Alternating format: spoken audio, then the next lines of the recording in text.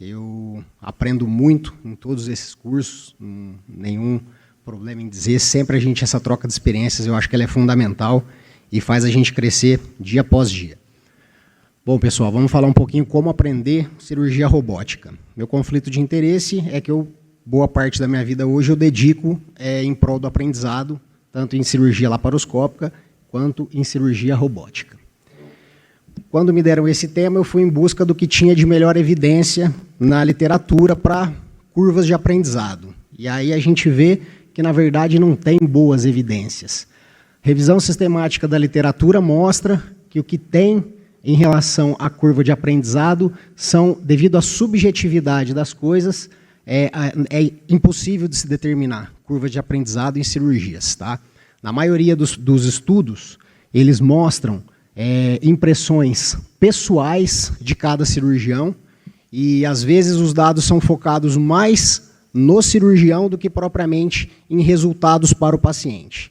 Então, as evidências não são tão boas. É óbvio que tem muitos estudos, nós vamos mostrar alguns aqui, mas em termos de melhor evidência científica, são poucas. A curva de aprendizado, gente, ela é extremamente heterogênea porque ela depende de várias coisas absolutamente subjetivas.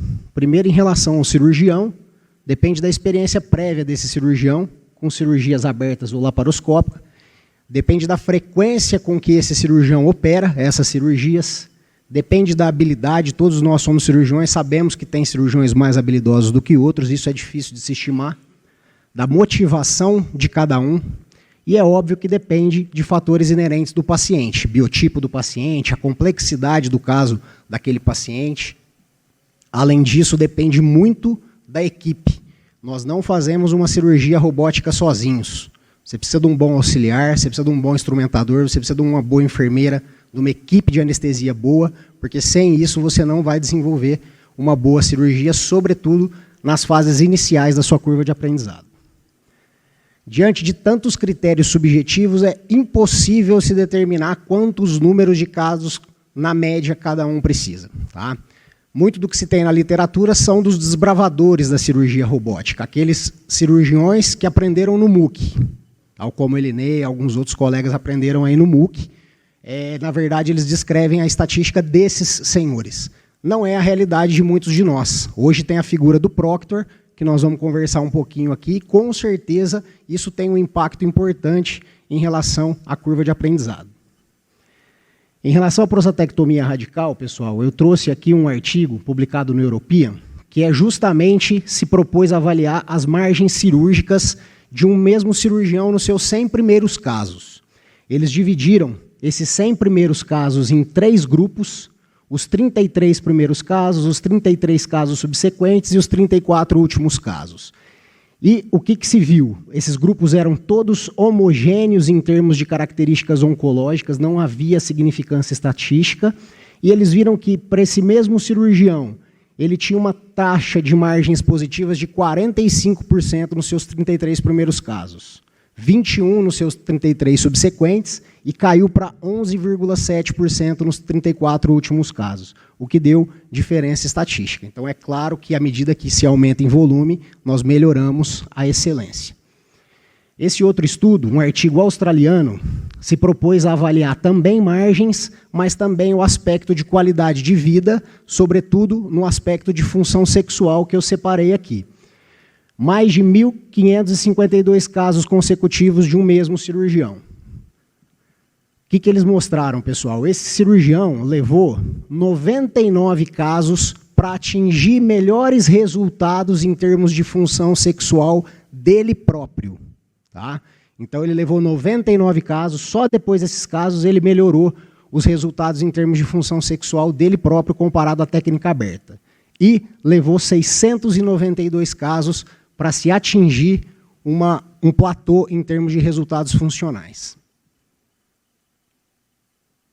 Não é o tema nosso é prostatectomia radical, mas fazendo um paralelo com a cistectomia radical robótica, muitos experts falam nas aulas que é tecnicamente uma cirurgia mais fácil de se fazer do que a prostatectomia radical. Eu concordo com isso, é uma cirurgia extremamente trabalhosa, a morbidade é sem dúvida nenhuma, muito mais elevada, não vamos desmerecer a cistectomia, mas ela tem uma curva de aprendizado mais fácil. Isso foi mostrado de forma exaustiva no consenso de Pasadena, que os experts estabeleceram que uma curva de aprendizado para o cirurgião seria aproximadamente os 30 primeiros casos.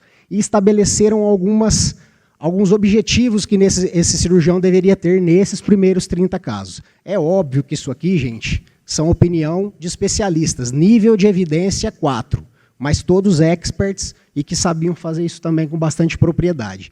E deixaram dicas na cistectomia radical de quais casos deveriam ser evitados no começo da curva de aprendizado. Elinei vai falar na próxima aula, vai falar bastante sobre as recomendações do consenso brasileiro de prostatectomia radical, tá?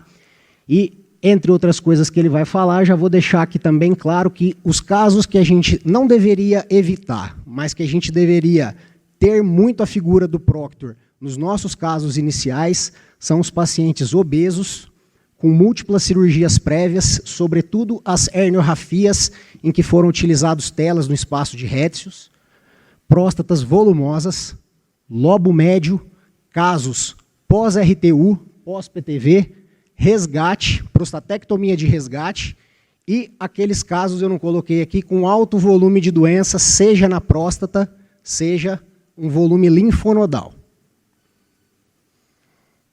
Então, algumas recomendações, pessoal, que a gente deixa, o tempo nosso é curto. A prostatectomia radical é uma cirurgia desafiadora, com uma longa curva de aprendizado. Cada cirurgia é diferente uma da outra. Uma cirurgia para um paciente de baixo risco não é a mesma cirurgia para um paciente de alto risco. Preservação de um lado é diferente de preservação dos dois lados. Então, não é a mesma cirurgia, é uma cirurgia com curva de aprendizado longa. Mas não se atenham a números. Isso é subjetivo e quem meio que tem que determinar quando você já pode bater as asas, na verdade, seria a figura do seu proctor. A excelência a gente atinge com volume, inúmeros trabalhos já mostraram isso. E aí aquela questão, qual o seu volume? Quantos de vocês aqui terão a possibilidade de fazer 600, 700 prostatectomias radicais robóticas ao longo da vida de vocês? Muito pouco. Eu diria talvez menos de 2% dos que estão aqui na sala. Então, qual que é o segredo, pessoal? Aumento de volume. Como é que a gente faz para aumentar volume? Primeiro, aqueles meninos que estão saindo da residência têm que brigar por vagas de fellow, tá? Isso já é sabido, curva de aprendizado em relação àquelas pessoas que fazem programas de fellowship, tá? Isso já bem claro na literatura, que diminui o tempo de curva de aprendizado. Para aquele cirurgião que já está no consultório há bastante tempo e não dá para voltar atrás, cursos de educação continuada. São Paulo, Minas Gerais, vários hospitais dão esses cursos para que você faça realmente uma verdadeira imersão na cirurgia robótica. Motivação, pessoal.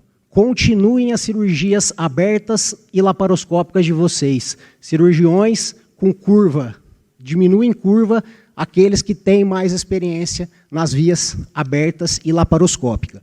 O Dr. Mirandolino disse uma coisa importantíssima ontem em uma das suas aulas. Aonde não há recurso e aonde não há dinheiro, aberta. Aonde existe um pouco de recurso e não existe dinheiro, laparoscópica. E aonde existe os dois, ofereçam cirurgia robótica para o paciente de vocês.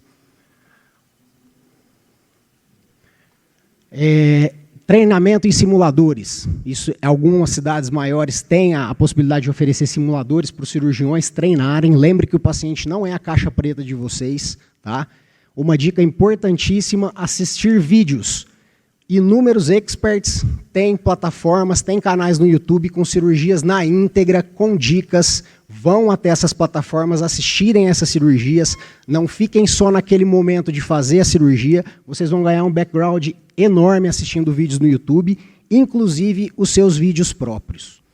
Não existe melhor crítica do que a sua própria quando você assiste o seu vídeo no momento de descanso. Por que que eu não puxei aqui nesse momento com o braço para cá? Então, é uma dica importantíssima, assistam os seus próprios vídeos. Seleção de casos no começo da curva é difícil, a gente fica doido para começar e às vezes não seleciona muito bem, mas se tiver um caso desses que eu mencionei anteriormente, tenham certeza que vai ser mais necessário a figura do proctor, tá? Resultados ruins no começo da curva, pessoal, geram desmotivação, sobretudo para aqueles que fazem laparoscopia muito bem. Então, não fiquem desmotivados, tá? Vão, participem, porque realmente é muito importante.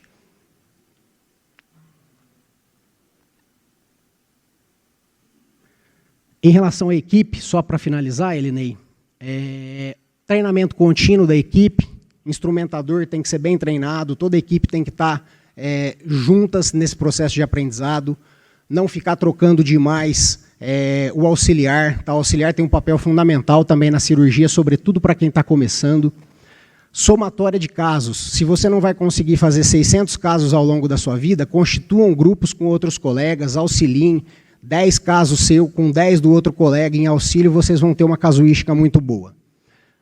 Proctor e o mentor, pessoal, são fundamentais para aqueles cirurgiões de baixo volume, tá? E no início da curva.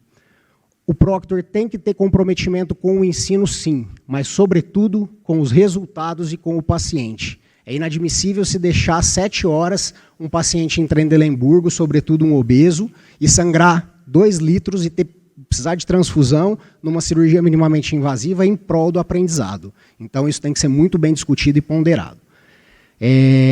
Além disso, alguns hospitais fornecem o duplo console, então facilita também o ensino para quem está aprendendo. Esses hospitais que não têm, eu utilizo bastante a tela touchscreen para ficar dando dicas durante a cirurgia.